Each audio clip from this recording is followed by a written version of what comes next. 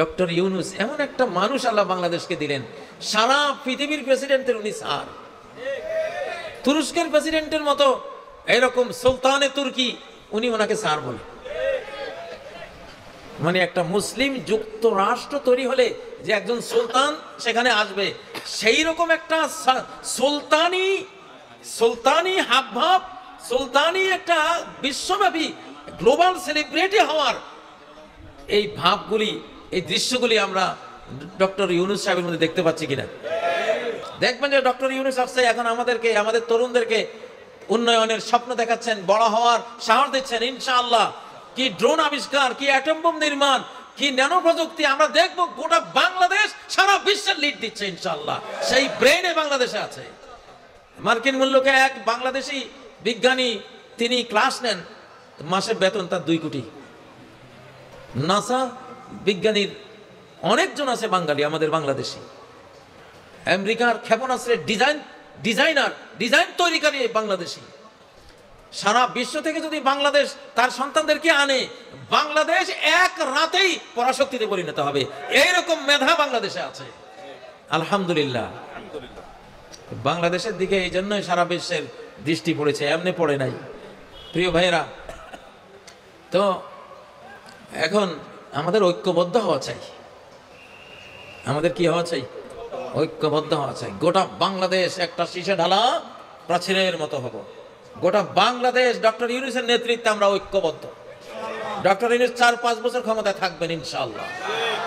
এর আগে আমরা আর কোনো নির্বাচন শুনতেও চাই না, দেখতেও চাই না, কোনো দরকার নাই। আর আমি বললে বাকি না বললে বাকি, এটা চলে গেছে। 5ই আগস্ট এইসব দুর্নীতিবাজের নির্বাচন, এটা রহিত হয়ে গেছে, আকাশ থেকে রহিতকরণ হয়ে গেছে। এগুলি আর আসবে না ইনশাআল্লাহ। ওই যে কামব্যাক করবে, এটা হবে না। অনেকেই আবারও দুর্নীতি করার জন্য নির্বাচন জিকির করছেন, আবার মুখে জঙ্গিবাদের কথা বলছেন, জঙ্গিবাদের ভুয়া মার্কেটিং করতে চান। 40 কোটি মানুষের 80 কোটি জুতা তোমাদের গালে মারবো ইনশাআল্লাহ। জঙ্গিবাদকে লাথি মারি আমরা। জঙ্গি তো তারা যারা মায়ের কোলে শিশুকে হত্যা করে বোমা মেরে, তারা জঙ্গিবাদী। তাহলে বাংলাদেশে 2024-এর 5ই আগস্ট আসলে মুসলিম যুক্তরাষ্ট্র তৈরি হওয়ার একটা রহমত নাজিল হয়েছে। আমরা হইলাম স্রষ্টার বাঁশি, তিনি যখন বাজান তখন বাজি। এই বাংলাদেশে বহু শাহজালাল আছে, বলে গেলাম, কোন গৌর গোবিন্দের কোন চক্রান্ত সফল হবে না ইনশাআল্লাহ। বহু শাহজালাল আছে, ডিফেন্ডার আছে, ডিফেন্স। এই দেশের সরকার, তোমরা মুসলিম যুক্তরাষ্ট্র তৈরি করো, ঘোষণা দাও। মুসলিম এক রাষ্ট্রের উপর হামলা হলে 57 রাষ্ট্রের উপর হামলা বলে এটা ধরা হবে, এবং 57 দেশের সৈন্য দিয়ে তার জবাব দেওয়া হবে ইনশাআল্লাহ। এবং বাংলাদেশ থেকে এটা সূচনা হয়েছে, মুসলিম বিশ্বায়নের সূচনা। আল্লাহ তাআলা বাংলাদেশকে কেন চুজ করেছেন? এত তরুণ কোন মুসলিম দেশে নাই, এত বুদ্ধিদীপ্ত তরুণ পৃথিবীর কোন দেশে নাই। দুনিয়া বুঝে 2 কোটির মতো মানুষ সারা বিশ্বে ছড়ানো, গোটা পৃথিবীটাই যেন বাংলাদেশের হাতের মুঠে এখন। এই জন্যই সারা বিশ্ব নেতারা এখন বাংলাদেশমুখী আলহামদুলিল্লাহ। কিছু একটা আছে এখানে, কিছু একটা, কার ভিতরে কি আছে বলা যায় না। এখন এটা বাংলাদেশের ব্যাপারে খাটে, বাংলাদেশের ভিতরে যে কি আছে এটা এখন বলা যায় না। এখানে বিশাল একটা কিছু আছে আলহামদুলিল্লাহ। গাজওয়াতুল হিন্দের রণক্ষেত্র তো এই বাংলাদেশ। 17 বছর গাজওয়াতুল হিন্দের মধ্যেই ছিলাম।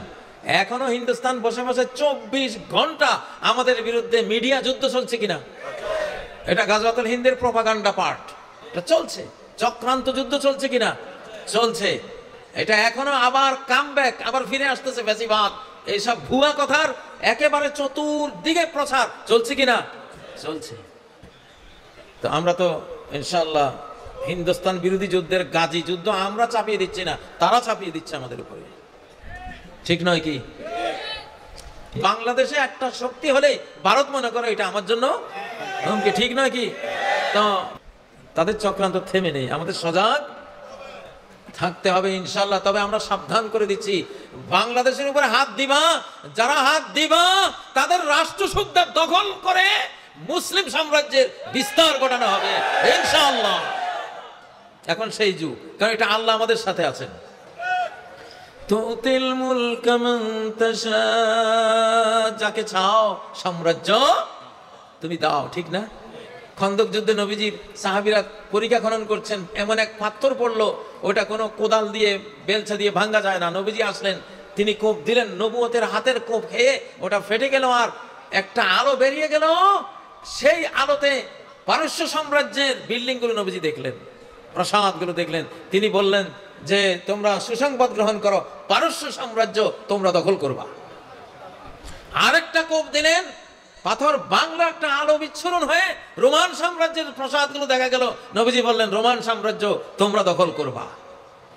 কোরআশ শুনে বলে যে মোহাম্মদ আমাদের থেকে বাঁচার জন্য, মুসলিমেও আরব শত্রু থেকে বাঁচার জন্য গর্ত করে জান বাঁচাচ্ছে, সেই মোহাম্মদ তার এইসব গো বেচারাদেরকে সুসংবাদ দিচ্ছে পারস্য সাম্রাজ্য, রোমান সাম্রাজ্য বিজয়ের। শুনছো মোহাম্মদের কথা? তখন আল্লাহ আয়াত নাজিল করলেন, সাম্রাজ্য তো মোহাম্মদের না, সাম্রাজ্য কার? আল্লাহর। তিনি চাইলে যাকে চান তাকে দিতে পারেন। আল্লাহ চাইলে বাংলাদেশকে বাংলা এম্পায়ার করে দিতে পারেন ইনশাআল্লাহ, ঠিক নয় কি? বাংলা এম্পায়ার আল্লাহ তুমি কবুল করো ইনশাআল্লাহ। বাঙালিরা খুব সূক্ষ্ম বুদ্ধিওয়ালা। W Hunter our Indian Muslims এই বইতে লিখেছেন যে ব্রিটিশদেরকে মার দিয়েছে এই হিন্দুস্তানে, এই ভারতবর্ষে, এবং ভারতীয়রা, ব্রিটিশটা হেরে গেছে এখানে দুই কারণে। একটা হলো বাঙালির সূক্ষ্ম বুদ্ধি, আর এই সূক্ষ্ম বুদ্ধি বাঙালিরা দিয়েছে পাঠানদেরকে, পাঠানরা দিয়েছে গায়ের জোর, এরা দিয়েছে বুদ্ধি, ওরা দিয়েছে কি গায়ে, যে দুইটার সমন্বয় হওয়াতে আমরা হেরে গেছি। ব্রিটিশরা লিখেছে। তো বাংলাদেশের মানুষের সূক্ষ্ম বুদ্ধি মাশাআল্লাহ। ছোট্ট ছোট্ট শিশুরা আরব শিশুদেরকে হারিয়ে আল কোরআনের প্রতিযোগিতা ফার্স্ট হয়ে আসে। ছোটখাটো বিষয় না, কোরআন প্রতিযোগিতায় যে জাতি ফার্স্ট হয়, সর্ব বিষয়ে তারা ফার্স্ট হওয়ার ক্ষমতা রাখে, সর্ব বিষয়। ইনশাআল্লাহ আমরা জেগে উঠেছি ইনশাআল্লাহ। আমাদের মুসলিম যুক্তরাষ্ট্র জন্ম হয়ে গেছে আমি মনে করি। আমাদের বাংলাদেশের বর্গ কিলোমিটার কত? 4,17,00,000 প্লাস। বাংলাদেশ কত বড়? বাংলাদেশের সীমানা, এটা যদি মুসলিম জাহানের অংশ হয়, মুসলিম জাহানের সীমানা হলো 4,17,00,000 প্লাস বর্গ কিলোমিটার। পৃথিবীর কোন সাম্রাজ্যের এত বড় সীমানা নাই, এত বড় বিস্তীর্ণ ভূমি নাই, মুসলিমদের আছে। সামনে 7 মহাদেশ জড়ো হবে ইনশাআল্লাহ প্রিয় ভাইরা। তবে এই মুসলিম যুক্তরাষ্ট্র তৈরি করবো আমরা ঈমান দিয়ে। কি দিয়ে? লা ইলাহা ইল্লাল্লাহ দিয়ে। এখন নেতানিয়াহুরা বোমা মারছে লা ইলাহা ইল্লাল্লাহর উপরে, কালেমার উপরে বোমা মেরে কোনো লাভ নাই। কালেমার পাওয়ার কত? 7 আসমান 7 জমিন। লাউ আন্নাস সামাওয়াতি সাব' ওয়াল আরদিনা সাব'a ফি কিফফা ওয়া আমরাহুন্না গায়রি ফি কিফফা ওয়া লা ইলাহা ইল্লাল্লাহু ফি কিফফা লামালাত বিহিন্না লা ইলাহা ইল্লাল্লাহ। 7 আসমান 7 জমিন যদি এক মহাজাগতিক পাল্লায় তুলে দাও, আর লা ইলাহা ইল্লাল্লাহকে এক পাল্লায় তুলে দাও, লা ইলাহা ইল্লাল্লাহর ওয়েট, ক্ষমতা, শক্তি মহাবিশ্বের চেয়ে বেশি। আল্লাহু আকবার। সেই লা ইলাহা ইল্লাল্লাহ বিজয়ী হবে। কি? লা ইলাহা ইল্লাল্লাহ বিজয়ী হবে। উলু হুবাল, উলু হুবাল, উলু মানে জয়। উলু মানে কি? ওহদের যুদ্ধের সময় আবু সুফিয়ান স্লোগান দিয়েছিল উলু হুবাল, হুবাল জয়, হুবাল জয় বাংলা। এটা শিরকি স্লোগান। এটা কি? শিরকি স্লোগান। জয় বাংলা, জয় বাংলা হলো ইন্ডিয়া স্লোগান। তারা বাংলাদেশ জয় করেছে 71 সালে, সেই স্লোগান দিয়েছে। আর আমাদের নাদানরা এটাকে বাংলাদেশি স্লোগান মনে করে তারাও ইন্ডিয়া স্লোগান মুখে নিয়ে তারা এই 53 বছর কাটিয়েছে, নাদানের দল। আমাদের স্লোগান হলো নারায়ে তাকবীর। জোরে, আরো জোরে, আরো জোরে।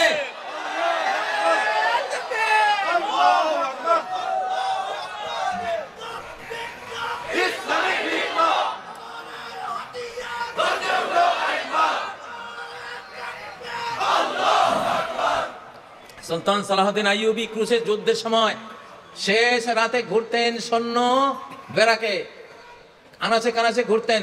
যেখানে দেখতেন সৈনিকরা তাহাজ্জুদ পড়ছে, তেলাওয়াত করছে, আল্লাহর কাছে কাঁদছে, সুলতান সালাহউদ্দিন বলতেন মিন হা হুনা ইয়াতিন নাসর, এখান থেকে আমার বিজয় আসবে।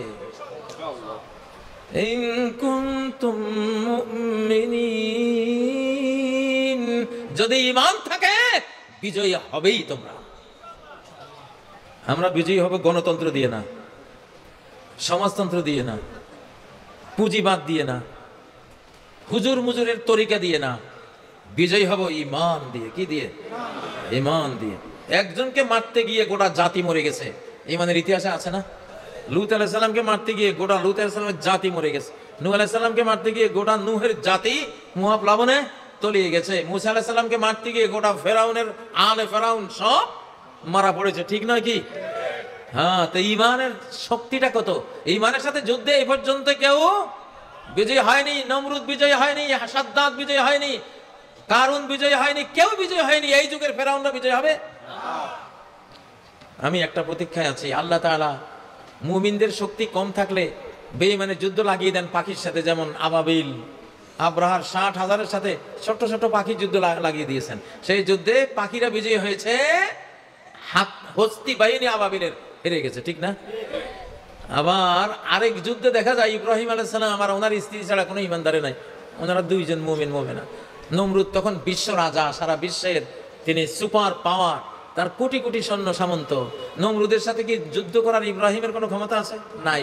তো আল্লাহ তাআলা বলেন, ইব্রাহিম তুমি চুপ থাকো, আমি আমার এক বাহিনীর সাথে তার যুদ্ধ লাগাইতেছি। আল্লাহ তাআলা মশক বাহিনীর সাথে নমরুদ বাহিনীর যুদ্ধ লাগাই দিলেন। আল্লাহ মশক বাহিনীর পক্ষ নিলেন। জয়ী হয়েছে কে? মশক বাহিনী জয়ী হয়েছে। এক পঙ্গু মশার আঘাতে নমরুদ নিজে খুন হয়েছে, আর মশক বাহিনী বিজয়ী হয়েছে। হযরত ইব্রাহিম আলাইহিস সালাম সেভ হয়ে গেছেন। ঠিক না? আরে বাবা, এই মহাবিশ্বের সবকিছু আল্লাহর বাহিনী, জুনদুল্লাহ। সবকিছু কি? জুনদুল্লাহ। সাগরগুলি আল্লাহর বাহিনী। সাগরগুলি কার বাহিনী? আল্লাহর বাহিনী। মুসা আলাইহিস সালামের সময় আল্লাহ বলেন, মুসা তুমি পার হয়ে যাও, আমি ফেরাউনের সাথে সাগরের যুদ্ধ লাগাচ্ছি। কারণ সাগরে তো আমার ফোর্স, আমার সোলজার, সাগরের সাথে লাগাইছে যুদ্ধ। পরিণতি কি? পরিণতি কি হয়েছে?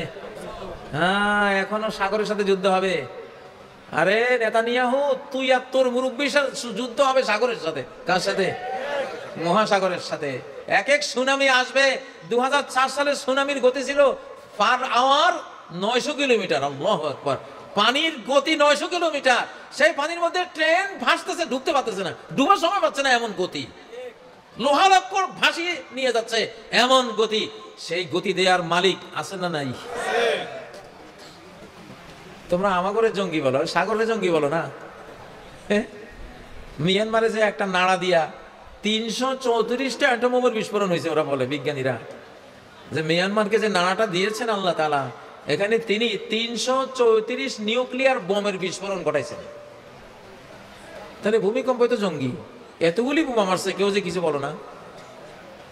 ঠিক না? ঠিক। মানুষ হলো পৃথিবীর বস। এই বস যখন মূল মালিকের সাথে গন্ডগোল করে, আল্লাহ তাআলা শ্রমিক দিয়া বসের পিটান। ঠিক না? ঠিক। হ্যাঁ, তো শেষ জমানায় বিশাল বিশাল ঘটনা এখন আসতেছে। অ্যাস্টেরয়েড, একটা আকাশ থেকে পাথর পড়বে, হয়তো 150 কিলোমিটার লম্বা। এটা হয়তো আটলান্টিক মহাসাগরে আল্লাহ মারবেন, এটা আছে, অনেক প্রেডিকশনে ভবিষ্যৎবাণীতে আছে। এটা আটলান্টিক মহাসাগরে মারলে এটার ধাক্কায় যে পারমাণবিক বিস্ফোরণ হবে, একটা মহাদেশ মানচিত্র থেকে মাটির নিচে চলে যাবে। সেই মহাদেশ কোনটা আমি নাম নেব না। যেদিন আপনারা শুনবেন, আর বিশ্বের সব ব্যবসায়ীরা কাঁদবে, যাহারে ওয়ার্ল্ড ট্রেড সেন্টার তো ওই মহাদেশে ছিল, সব ব্যাংক ব্যালেন্স, যা রুজি রোজগার সব ওইখানে ছিল। মুলুকুল আরদ তাবকি তানুহু আলাইহিম মুলুকুল আরদ প্রেডিকশনে আছে, সারা পৃথিবীর রাজা মহারাজারা কাঁদবে যে আমাদের সব গেছে। অপেক্ষায় আছি ইনশাআল্লাহ, সংবাদ একদিন শুনবো। যারে কেউ মারতে পারে না, ওরে আল্লাহ মারে। যারে কেউ মারতে পারে না, ওরে কে মারে? আল্লাহ মারে। তো সে আল্লাহর কোরআনেতে এগুলি আছে। বেশি তাকাব্বুর করিস না নেতানিয়াহু আর তোর মুরব্বীরা, বেশি তাকাব্বুর করিস না, অহংকার করিস না, ইগো দেখাস না। মারের ছোটে, আকাশের মারের ছোটে আমান্তু কইয়া চিৎকার দিবি একসময় ইনশাআল্লাহ। ঠিক না? ঠিক। আর যারা এখন আমাদের সাথে গন্ডগোল করে, আমি জানি সব খ্রিস্টান ইসলাম কবুল করে ফেলবে ইনশাআল্লাহ। খ্রিস্টানরা একটু বুলা বলা ভালো টাইপের। ওই মিনাহলিল কিতাবি ইল্লা লা ইউমিনান্না, সমস্ত আহলুল কিতাব, খ্রিস্টান বিশেষ করে সবাই ঈমান নিয়ে আসবে। ঈসা আলাইহিস সালাম যখন আসবেন, ওই সময় পুরা খ্রিস্টান জাহান, আমেরিকা, ইউরোপের সব খ্রিস্টানরা মুসলমান হয়ে যাবে ইনশাআল্লাহ। তো তখন তোমরাই মৌলবাদী হইবা ইনশাআল্লাহ।